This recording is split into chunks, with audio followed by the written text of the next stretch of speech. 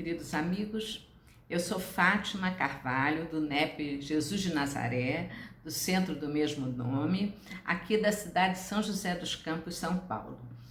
Nós agradecemos a oportunidade de participar desse estudo coletivo sobre a obra do Livro da Esperança, do benfeitor Emmanuel, e a mensagem que nos coube estudar é a número 48, intitulada Bênçãos de Deus. Como em todas as mensagens de vários livros, Emmanuel primeiro nos apresenta uma pequena passagem do Novo Testamento, nesse caso, o Evangelho de Mateus. Assim, toda árvore produz bons frutos. Em seguida, ele destaca uma parte do capítulo 16, do item 14 do Evangelho segundo o Espiritismo, que diz: venham, meus irmãos e meus amigos, trazer-vos o meu óbolo, a fim de vos ajudar a avançar desassombradamente pela senda do aperfeiçoamento em que entrastes. Nós nos devemos uns aos outros, e somente pela união sincera e fraternal entre os espíritos e os encarnados será possível a regeneração. Aí ele começa a mensagem propriamente dita. Muitas vezes criticamos o dinheiro, malsinando a existência, no entanto, é lícito observá-lo através da justiça. O dinheiro não compra a harmonia, contudo, nas mãos da caridade, restaura o equilíbrio do pai de família onerado em dívidas escabrosas. Não compra o sol, mas nas mãos da caridade obtém o cobertor, destinado a aquecer o corpo enregelado dos que temem de frio. Não compra a saúde, entretanto, nas mãos da caridade, ele assegura proteção ao enfermo desamparado. Não compra a visão, todavia, nas mãos da caridade, oferece óculos aos olhos deficientes do trabalhador de parcos recursos. Não compra a euforia, contudo, nas mãos da caridade, improvisa a refeição, devida aos companheiros que enlanguecem de fome. Não compra a luz espiritual, mas, nas mãos da caridade, propaga a página edificante que reajusta o pensamento a tresmalhar-se nas sombras. Não compra a fé, entretanto, nas mãos da caridade, ergue a esperança, junto de corações tombados em sofrimento e penúria. Não compra a alegria. No entanto, nas mãos da caridade, garante a consolação para aqueles que choram, suspirando por migalhas de reconforto.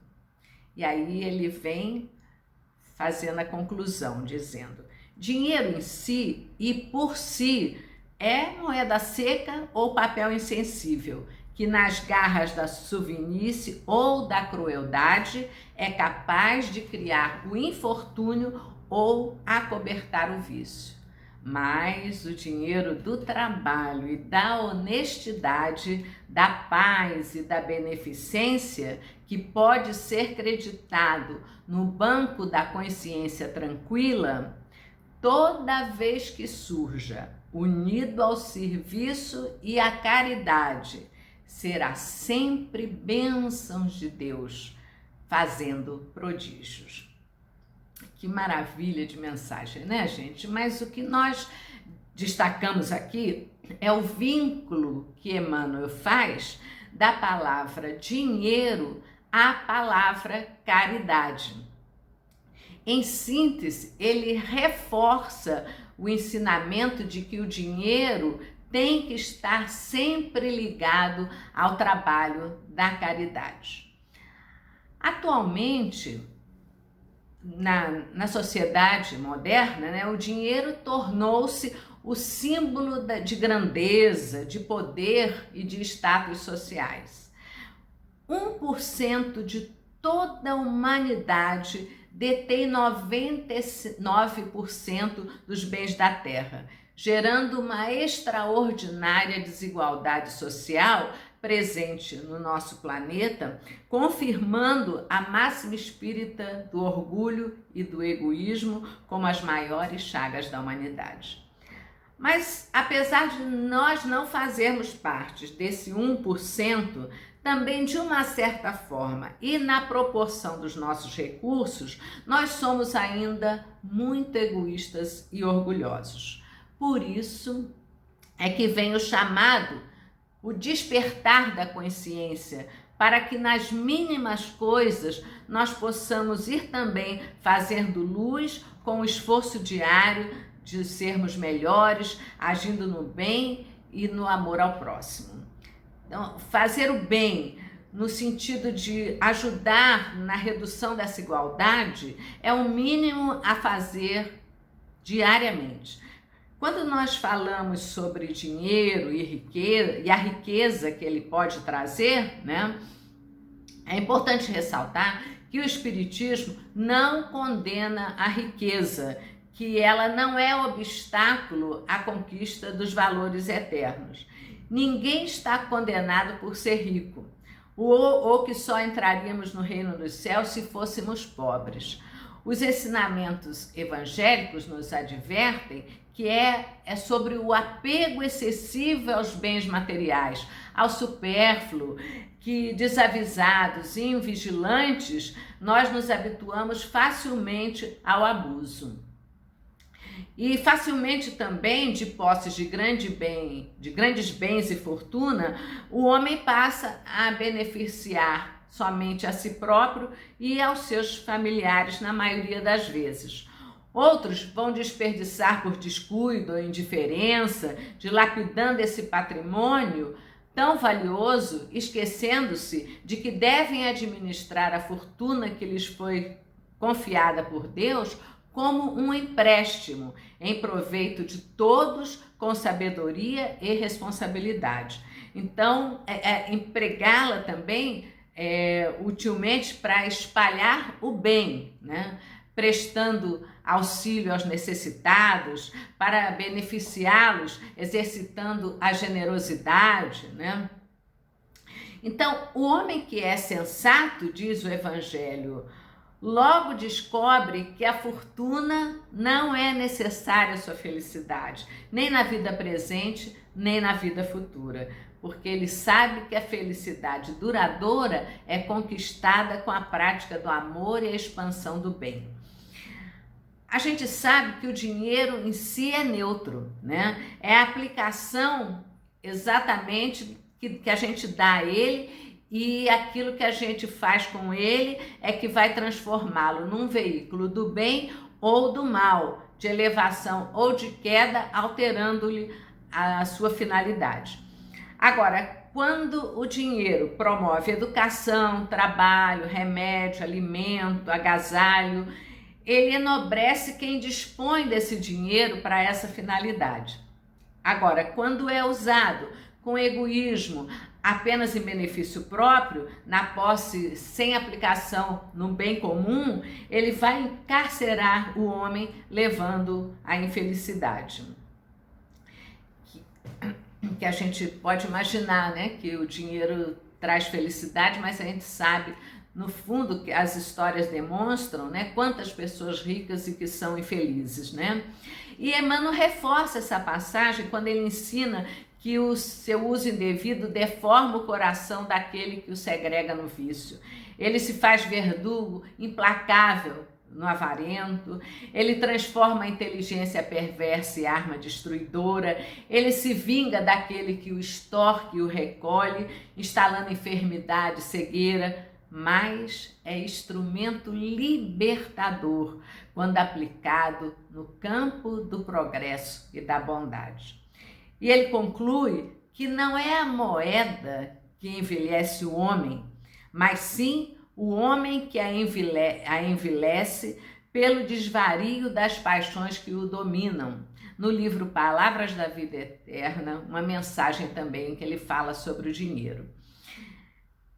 A riqueza é um bem para ser administrado em benefício geral e não para uns privilegiados. Aquele que retém a riqueza em seus cofres, sem dar-lhe utilidade, é avarento, e o que a manipula apenas em seu benefício é exclusivista, egoísta, ambicioso, e na verdade conforme o próprio Evangelho diz, esse já recebeu a sua recompensa. Meimei também tem uma mensagem chamada Dinheiro e Amor, que ela nos fala que nós não podemos agasalhar o necessitado com as notas que ficam guardadas no banco, mas se as movimentarmos, poderemos adquirir o cobertor e a sopa que atenderão esses nossos irmãos carentes. Então, esses ensinamentos de Emmanuel nos levam a fazer profundas reflexões sobre as nossas próprias condutas perante as nossas finanças e as conquistas das coisas materiais, porque elas vão nos modificar completamente as influências materialistas que as ideias materialistas exercem sobre nós, sobre o nosso modo de vida, sobre a nossa forma de administrar as riquezas e de nos relacionar com os nossos semelhantes. A gente lembra também de um antigo ditado que se perpetua quando diz que caixão não tem gaveta, urna funerária não tem reboque, né? Numa alusão à impossibilidade de, ao morrermos, nós levarmos alguma coisa dos possíveis tesouros que tenhamos acumulado aqui na Terra. No Evangelho de Jesus, ele já nos ensinava dizendo para que a gente não acumulasse tesouros na terra, onde a ferrugem consome e o ladrão rouba. Nos estimulava a cuidar da riqueza espiritual, essa sim, que compõe os verdadeiros tesouros que carregamos na nossa bagagem quando a gente partir. Certa feita, Chico Xavier, visitando um cemitério em Uberaba, notou a presença de um espírito que, rente ao seu próprio túmulo, chorava arrependido. Ele havia sido um rico comerciante na cidade e cometera suicídio. O Chico até o conhecia, né? Percebendo que podia conversar com ele, após lamentar o próprio gesto infeliz que ele praticara, ele diz ao Chico: Chico, vocês espíritas são os verdadeiros milionários da terra. O Chico então conta que ficou com muita pena dele, porque de fato o dinheiro, para quem apenas aprendeu a valorizá-lo, é um transtorno muito grande. E fazia muito tempo que ele estava ali, preso aos seus despojos, se lamentando. Ele conversou com alguns minutos com o espírito e, apesar da consciência que ele revelava da situação em que ele se encontrava, ele não demonstrava a mínima disposição de abandonar o local. Aquilo era como se fosse, diz o Chico, uma espécie de autopunição para ele. Essa história também nos fez recordar um homem no livro Obreiros da Vida Eterna que jazia preso ao seu túmulo sem conseguir desatar os nós que o prendiam ao corpo físico por conta do apego e da preocupação dele com a família, apoderando-se dos seus bens, né? O apóstolo Paulo, numa carta a Timóteo, dando prosseguimento aos exemplos de Jesus, ele combate a busca incessante do dinheiro, ressaltando que se nós temos o que comer e o que vestir, que a gente fique contente com isso. E ele alerta para aqueles que querem se tornar ricos, né? Pois esses terminam caindo na armadilha da tentação e em muitos desejos insensatos e perniciosos que fazem com que os homens se afundem na ruína e na perdição. Porque a raiz de todos os males é o amor ao dinheiro. E por causa dessa ânsia pelo dinheiro, diz ele, alguns se afastam da fé e afligem a si mesmos com muitos tormentos, que poderiam ser desnecessários. Então ele aconselha para que nós, como homens de Deus, fujamos dessas coisas e sigamos a justiça, a piedade, a fé, a caridade, a paciência e a mansidão. Agora, se nós fomos agraciados com uma vida menos sofrida na obtenção do pão de cada dia, cabe a nós exercitar o desprendimento, usando o dinheiro que podemos dispor para fins nobres.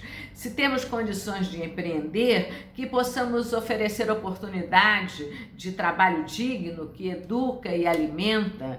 Essas sim são as verdadeiras e poderosas forças que elevam o espírito em sua trajetória enquanto encarnado. Muitos dependem da caridade material e da caridade moral alheias, né? Pois passam pelas provas da humildade e da resignação. Que o nosso trabalho, então, nesse campo, seja de dignificar o nosso semelhante e nunca para humilhá-lo ou desprezá-lo. E essa é uma lição para todos os tipos de pessoas, né? Quer sejam ricas, quer sejam pobres, porque ninguém deveria ser dominado pelo amor ao dinheiro. Muitas vezes ouvimos pessoas alegarem que são tão necessitadas que não podem ajudar de maneira alguma. Outras que prometem ajudas quando tiverem mais condições.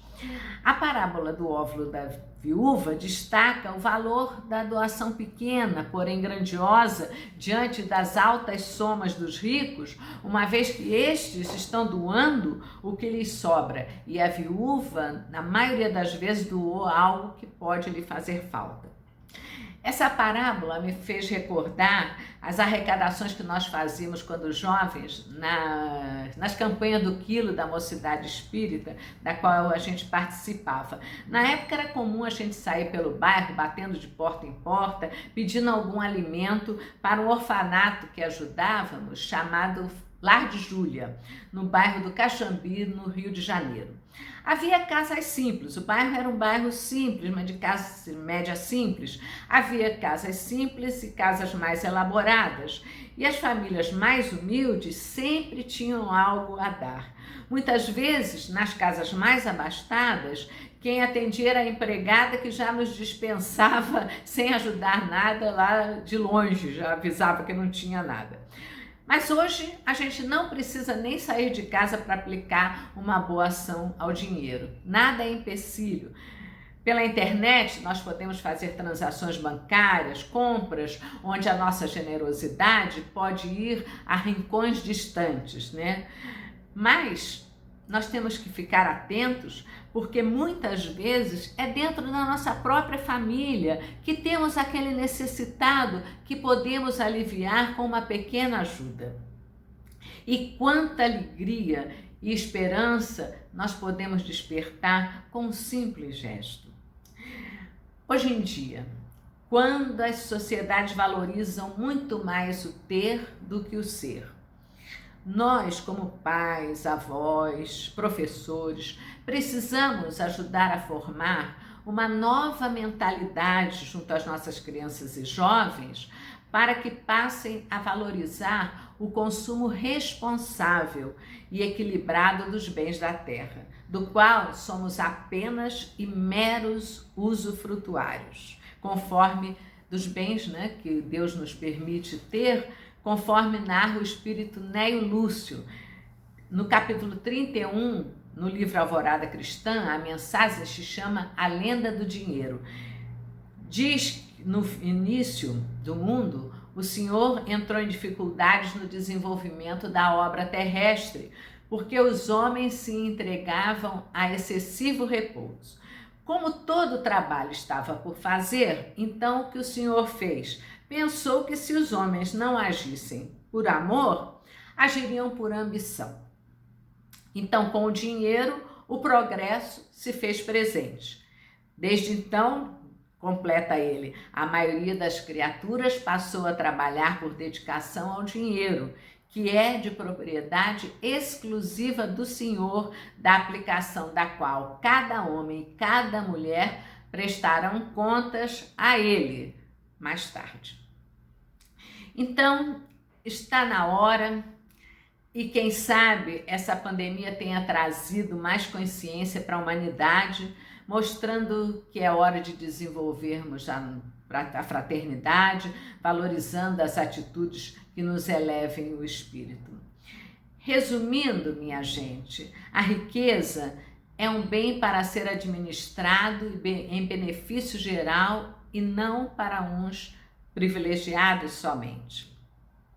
Acreditamos que o Senhor nos fez ricos a todos, sem exceção, porque a riqueza autêntica procede do trabalho. E todos nós, de uma forma ou de outra, podemos trabalhar e servir. Muito obrigada, então, minha gente, pela atenção e que Jesus nos inspire sempre a agir conforme as suas lições e as dos benfeitores espirituais que tanto nos estimulam no trabalho, no bem. Muito obrigada.